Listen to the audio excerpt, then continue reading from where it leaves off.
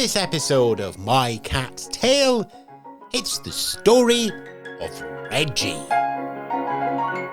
Sitting outside, wet, sad, and staring at the door is Regi. Nice little over-attentive Italian family. Like, I'm gonna stay here. And I hung up, and I took the tag off, and I took the collar off, and I said, well, you don't ever have to go back.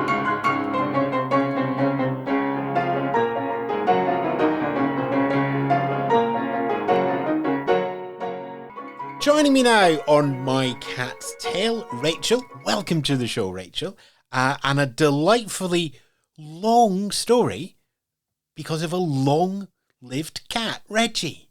Hi, I'm Rachel, and yes, I'm Regi's owner. And she is exceptionally long-lived. Does anybody ever really own a cat, though? Oh, no, I definitely don't own her. I serve her at this point. Like, I'm just her wonderful, patient caregiver. And it did say there, and hinted at the top there, long-lived cat. How old is Regi now? She is 21, and she turns 22 sometime in March. It's not like a real birthday. It's I finally was able to get her to the vet at one point, which I will tell you. And he was like, wow, do you know how old this cat is? And I was like, no, because I can never get her to the vet. And he's like, well, she's pretty old. And that was about 8 years ago, the first time. So it's her. She's this old in March. Yeah. She's right. Old and she's loved. And I'm guessing she's not as active as a kitten. No. She has basically just become like this beautiful, wonderful tuxedo queen that roams around my house. And she has very specific spots that she sleeps in. It's very funny. She has what I call her comfort closet with a fluffy purple blanket, and then she will sleep in the comfort closet. Or she has her fluffy gray bed that she lays in the living room. And then if it's nice out, if it's too cold, because I have an enclosed balcony where I live, and if it's too cold, she won't go outside, but I have to let her know it's too cold, so I have to open the door. But if it's nice out, she'll come outside and she'll lay in the sun, which is really nice. So it's just a really nice life of somebody who's retired. Yes, absolutely. Retired, doted on, fussed over. Don't we all want that in our old age? So 8 years ago at the vet, does that mean you've had her for 8 years or? So I have had her where she became mine since I graduated from college. I was about 21, 22. So that's about 13 years now, which is insane. So I've had her for about 13 years. And the reason why I say since she became mine is because, and she's been around even in our family for longer than that, because she started out as a stray cat in my neighborhood where I used to live in Queens. And my sister-in-law, my brother wasn't married yet, but my sister-in-law at the time was living in the apartment that I then moved into in our family home. This is like a very Queens Italian thing. We don't leave. It's very weird. We just never leave until we really have to. So we had a mother-daughter house, like bottom apartment, top apartment. So I eventually migrated into the upstairs apartment. Anyway, so my sister-in-law saw Regi and that she was getting bullied by the outside cats and was like, oh, it's so sad. She's so cute. And started feeding her. And that was the start. And so my sister-in-law initially started feeding Regi. One of the things I'm thinking is it's not microchipped or anything. This is a cat. Do you have any idea or best guess at her previous? So she was not the nicest outside cat. She just was getting beat up all the time. So we felt bad. So now the whole family is feeding her on the front stoop of my house. But we noticed she has a collar. So I'm like, well, she has an owner, and there was a tag. She had a tag on the collar. And I was like, well, she definitely has an owner, but it seemed like she was never there. Anyway, so fast forward, I'm glad that you asked me this. So fast forward, right? My brother and sister-in-law they get married, they move out, they buy a house. Obviously, they leave Regi, but we're still there, so we're still feeding her. Anyway, it's a dark and stormy night. Now I'm telling the story. Dark and stormy night, right? There's rain, there's thunder, and we have cameras because obviously we live in Queens and it's the city. And so there's like movement in the camera, and I look to the video, and sitting outside on the front stoop is Regi, wet, sad, and staring at the door. So I look at my parents and I'm like, can we let her in? And my mom's like, well, you're going to have to let her upstairs because we had a cat downstairs that they had accidentally met. They did not get along. So she was like, well, if you do this, she has to go up. And that's it. Like, she can't go, but she has to go upstairs, and then you can let her out in the morning. I know you feel bad, right? Okay. So I let her in, right? She's totally soaking wet. Now I have to run after her as she comes running up the stairs, right? I have to towel her dry because she's wet and she's leaving water everywhere, right? She's mad. She's like, and I'm like, okay, relax. Like, it's going to be fine. I go and I get cat food for her. She eats, right? After she's all dry, she jumps on my bed, she curls up, and she goes to sleep. I'm like, okay. Now, she decides she's just going to come back and forth now. I let her in and out, in and out, in and out. I'm like, okay, fine. You want to go in and out? That's your deal. But I'll feed you, whatever. Eventually, she was not the nicest cat. You had to be very careful when dealing with her because I think she was outside really for so long that she got a little bit more, I think she was socialized, obviously, because she wouldn't be an inside cat if she wasn't. But I think that's why she got like a little mean. So like I had to be very careful in my interactions with her, or like where I touched her, or like how much I petted her or whatever. So anyway, now I finally am able to check this collar and this tag. We've come full circle. I'm finally able to check the collar and the tag, which I do. And there's a name on it and there's a phone number. Like, please call. So I call this guy and he's like, hello. And I'm like, hey. I'm like, just so you know, your cat is kind of living with me. I don't know if you know where she is. I wanted to let you know that she's okay. I know she goes out, right? And he's like, he goes, oh. He's like, well, that's not a big deal. He's like, well, we got a dog and we had a baby and she like didn't really like the dog and definitely doesn't like the baby. So we just put her in the basement. I'm like, what? And he's like, yeah, and she liked to go out anyway. So I like left the window open for her so she could like come in and out. And I was like, okay. And he goes, well, you want money or something to like take care of her? And I'm like, no, that's good. Thank you very much. And I hung up and I took the tag off and I took the collar off and I said, well, you don't ever have to go back there. And just like that, Regi has, in my mind, decided to move. She moved. She moved herself. And they say cats aren't independent and don't know what they're doing. Oh, yes, they do. Where did Regi come from then? And I don't mean Regi the cat. I mean, I know where Regi came from, but where did the name Regi came from? It was on her collar. It was always Regi, yeah? She was always Regi, Regi, always. I actually think this idiot thought that she was a boy and didn't know because, or maybe not, because I asked him when I was on the phone, I did ask him, I was like, listen, like, whatever. I said, I like her. So, whatever. It came to like the mutual conclusion that she was never going back there. Because I then asked, I said, is she vaccinated or whatever? And he said, oh, yeah, she's all vaccinated. I was like, okay. And then I was like, is she like a boy, a girl, whatever? And he's like, yeah, well, she's spayed. So I think he knew that she was a girl, but like everyone thinks that she's a boy because of her name, but no, she's a girl. Did you ever think about giving Regi another name? Yes, I did. It's Queen Regina. But goes by Regi, except on a Sunday. Yeah, because she is the queen. She is the queen. Queen of Kings. Queen of Queens. No, Queen of Kings is something else in Norway. Queen of Queens. Let's go with that one. So, okay, she's decided to move. Mhm. When did you decide that she was with you as a couple?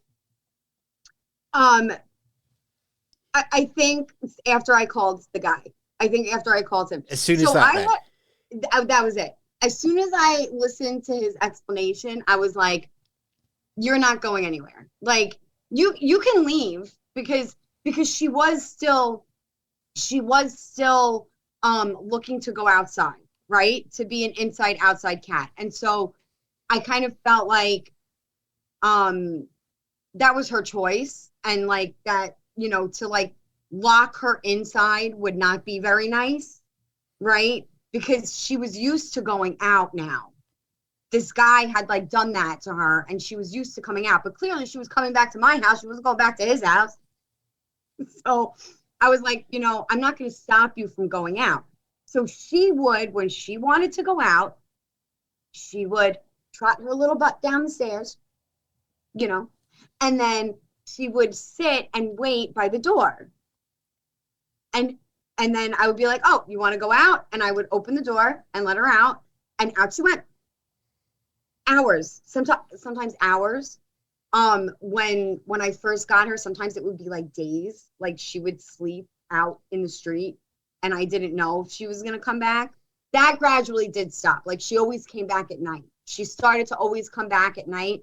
She would like spend her day outside, roaming around, living her best life. I don't know what she was doing out there, having raves, parties, hunting for mice. I don't know what was going on, playing with the pigeons, whatever. But at night, she would come back and she would get her dinner and she would be upstairs with me and whatever. But she was, again, like I said, a little mean. So I started watching cat videos. Do you think that she settled straight away? Or it was just that this is not a basement, so I'll stay here for a little bit?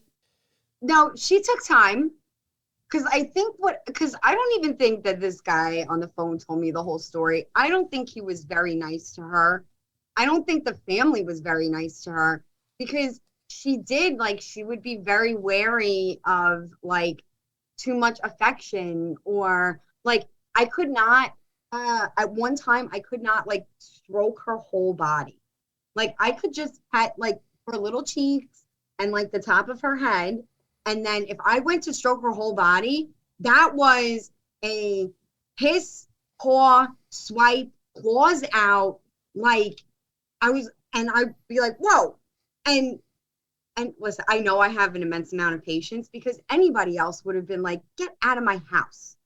Like you're mean. And I just didn't feel that way. I was like, okay, maybe I need to watch some cat behavior videos.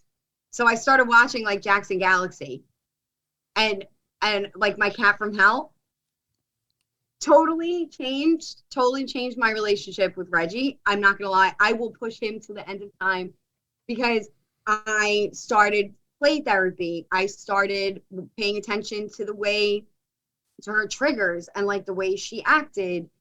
And so it did take her some time, but eventually she made the choice that I was her little person, right? She did. So I did, but I like played with her a lot when she would come in, like after being outside. I waited for her to come to me to like be petted. And then I only did like her cheeks and under her chin and like the top of her head and things like that. Until there was one magic day. And I was sitting on my couch, I was watching TV, and I was just sitting, and she kind of just walked over to the couch. And I like looked at her and I was like, well, it's not you ate like there's not food time, like you should like be napping somewhere, you're like one of those cats that's just around, you don't really look to like cuddle.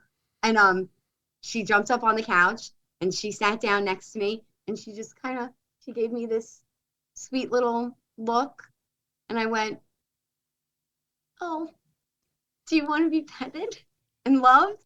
And like just petted and snuggled and loved, and she started purring and I was like, I almost cried. I was like, wow. I was like, I almost cried. I really did because I was like, okay, like she's home. Like she feels like she's home now. But that took about like, I don't know, 6 to 8, maybe 9 months of time, like just being patient with her and like letting her decide what she wanted, you know. Why And do she you, still wanted it why do you think she stayed? because I was nice to her. I think that's why. And I think she knew.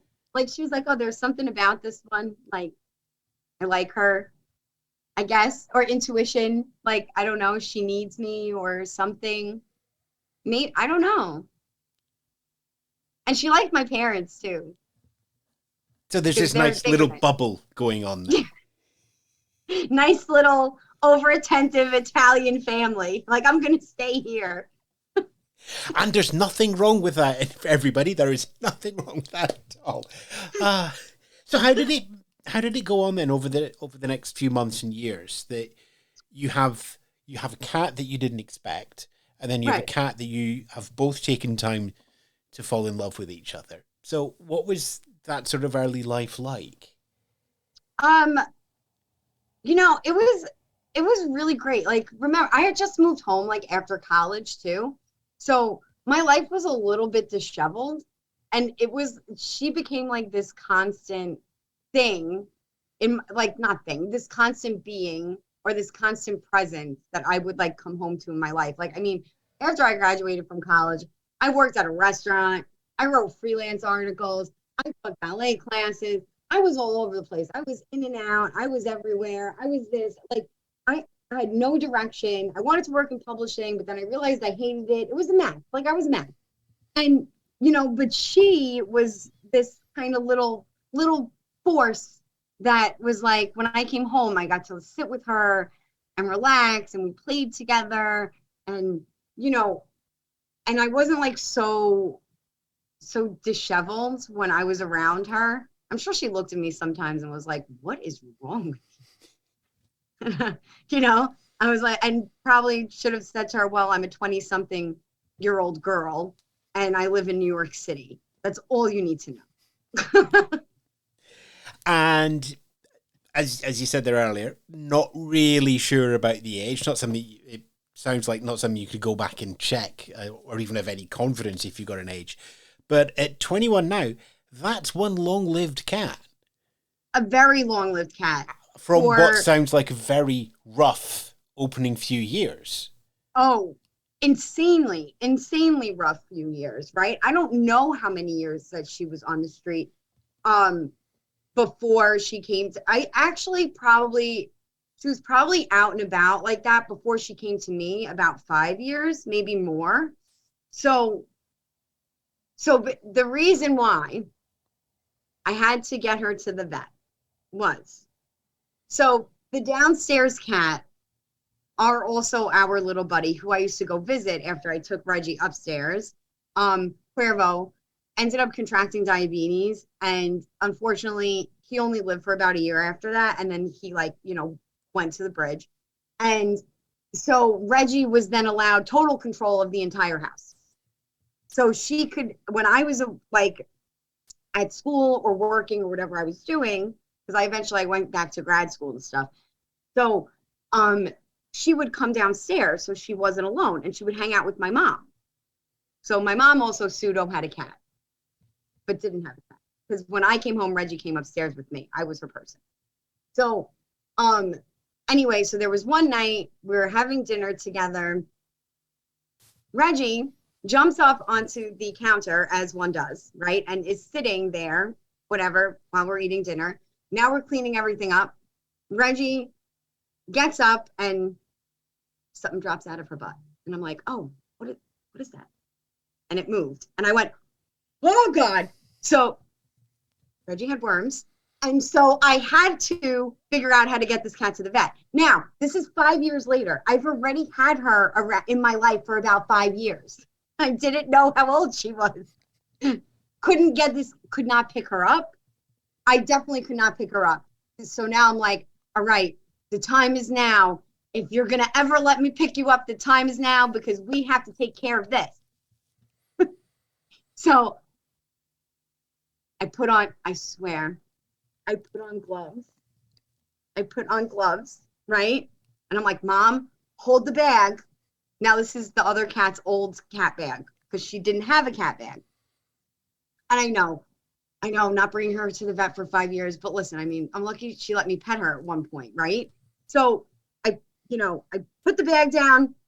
I got the gloves. My mom's holding the bag, and she's like, okay, here we go.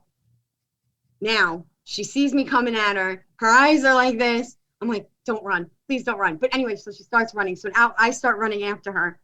Eventually, I get her. She's freaking out, kicking, screaming, growling, like losing her mind. But I get her in the bag. We close it up. And I'm like, okay, off we go to the vet. So this is when we go to the vet. So I tell him, and he's like, oh, yeah, she definitely has worms. And he's like, but now that you're here, let's do everything. Like, let's examine her, right? Because you could never get her here. And I don't know if you're going to get her here again. So I said, you know what? You're right. Let's take blood. Let's do the whole thing. This is where we find out. So he does a full examination. Bless that man. Bless him. So he does a full exam and he looks at her teeth and he goes, number one, your cat's got bad teeth, so we have to clean them. And I said, and he's like, yeah, she's probably in pain. So that's probably part of the reason why she's a little nasty. And I was like, okay. And he goes, and I think that was, and he goes, you know, she's like 16 years old. I said, what? He's like, yeah, you know, this cat's like 16 years old. I said, wait. How old did He's you like, think yeah. she was? I thought she was like 9, 8, 9. He's like, no, she's like ancient. I said, what? So we scheduled the dental. He deworms her, but he also does blood. And then this is also when he calls me and he's like, do you know if she's ever had the FIV vaccine? I said, no, I wouldn't really know that. And he's like, because she's FIV positive. And he said, the fact that this cat was out on the street and doing all this kind of stuff and is now 16, 17 years old, he's like, that's like incredible. So, and we do like a bunch of things or whatever. So she is FIV positive, and then eventually, you know, other health issues have been sprung up. But, you know, after he cleaned her teeth, she was wonderful.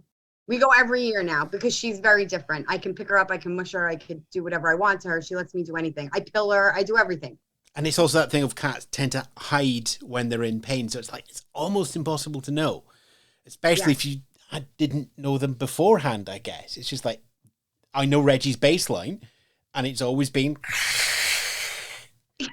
That's a technical term for cat's baseline, everybody. Reggie's baseline has always been... Okay, like, don't touch, don't pick me up. It has since changed. So you said they were freelancing everything. Does that mean you've been working from home long before working from home was fashionable? So I actually worked for so I worked at a restaurant. So I did all this at the same time after I graduated from college. Right, okay. So I worked at a restaurant during the day doing like more like assistant managing stuff. Like I did it, I wasn't a server. And then I wrote freelance articles for like a local newspaper, the Queen's Ledger. So sometimes I would go there to like work with an editor, but a lot of times, yes, like I wrote things like on my own and then would submit them at home. And then I also, at the same time, I also taught ballet classes at night. So you're in and out quite a lot then at home? Yes. What about now? What's work like? I work for the city of New York. I'm a teacher, so it's pretty much like your standard, you know, I get home around 4:00, Monday through Friday. But aside from that, I'm also a writer. So I wrote a book called Sushi and Sea Lions, and it comes out in May. And Regi would argue that she is the main character. She is not the main character. However, she is the main character's cat in the book. I could not write a book without having the main character have a cat. And the cat's name in the book is? Regi. Male or female? No, it's a female cat. She's just younger. I made her younger because I didn't think it would be believable that this character had a 21-year-old cat, because some people don't believe me either. What is it like? Well, first of all, we'll have a link up to the pre-book for the offers and everything back on the website. I will rearrange that into a sentence now. We will have a link up to the purchase bit of the book on the website. There we go. I'm having my senior moment there as well. But what is it like living with such a senior cat? Because if we go to Jackson Galaxy again, lots of advice about 14, 15, 16-year-old cats, but you and Reggie are kind of well beyond that bit now. You know, it is a day-to-day, like it's a day-to-day, sometimes up and down. So it's like, you know, I try to remind myself there are going to be good days and bad days, especially because she has many conditions now that I am managing, right? Because she has hyperthyroid, she has high blood pressure, she has chronic constipation, which I also manage. She has kidney disease. She has asthma. She has a level 3 heart murmur combined with an arrhythmia. She's also had FIV for many, many years. I don't think I forgot anything. And, it's managing all of these conditions and, weighing good and bad days and seeing how she's doing. My one thing that I'm very, very conscious of is that she eats her meals, her 2 meals a day. But I've got the old lady toolkit. I always have a tube of Mirataz. I always, whatever. I monitor how often she goes to litter box because with CKD, UTIs are very common. It is, it's like a lot of paying attention and watching her, and it's a lot of like care.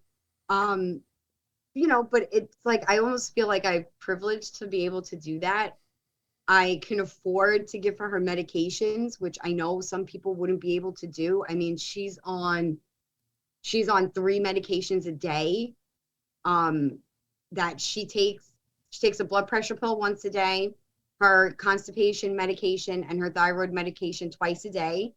And that can start to get very costly. And so I'm lucky that I have a career that affords me the ability that I can take care of her.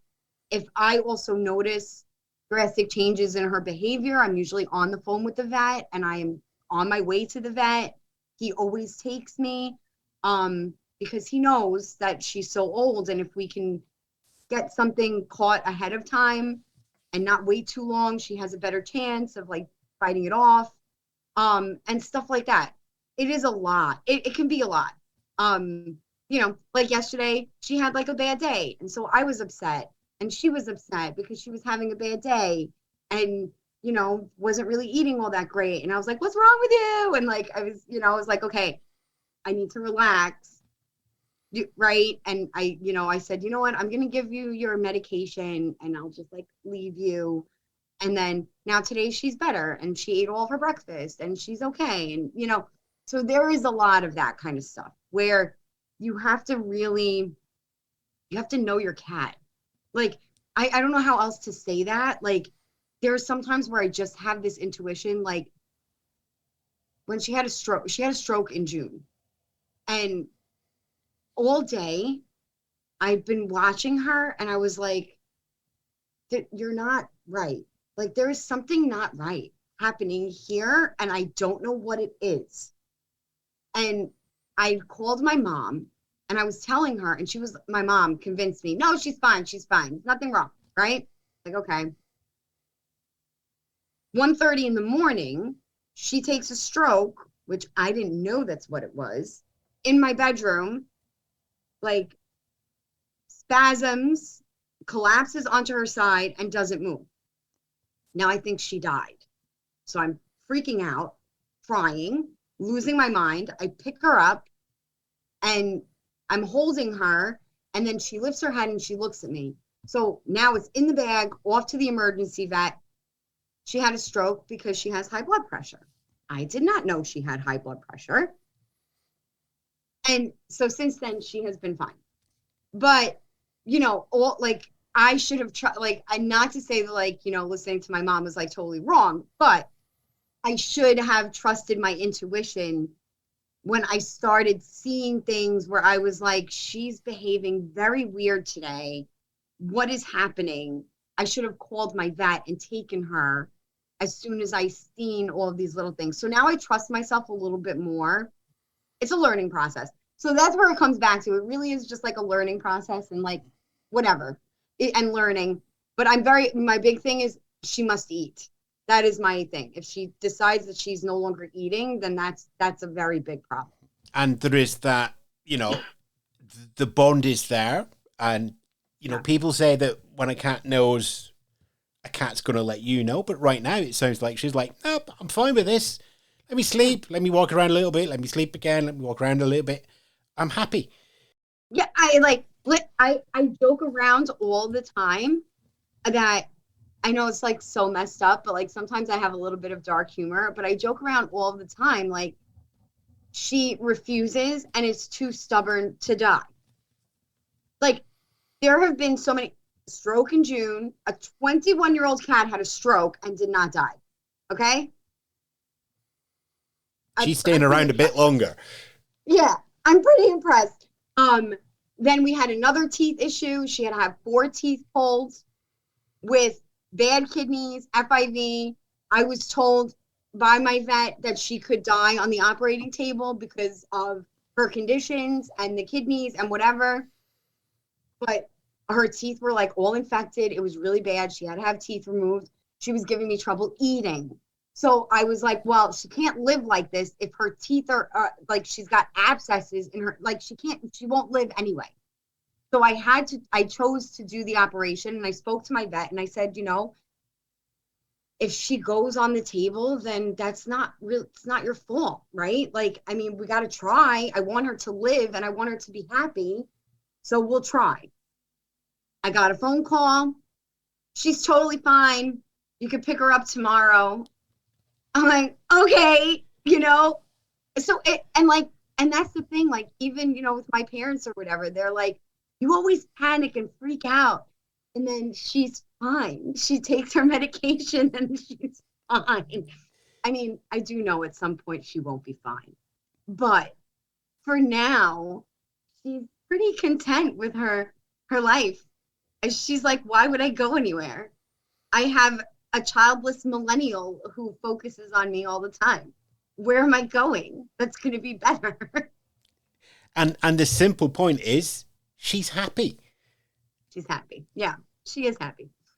It is a wonderful story. It is a wonderful tale. It really does sound like, when you say it's an Italian family in Queens, what sort of story would you get? And, this is Martin Scorsese right here, isn't it? Yeah. It really is. It's like the family drama, but the cat. But the cat. Right? Well, thanks very much for taking the time. It has been wonderful to hear about Regi. Good luck with the book. As I said, we will have the link up on the website now. But for Rachel, thanks for telling us your cat's tale. Thank you so much. This was so wonderful. I mean, I could talk about Regi for hours. So this was great. You've been listening to My Cat's Tale, a Spence Media production. Listen to more tales of our perfect pets at mycatstalepod.com and support us on Patreon.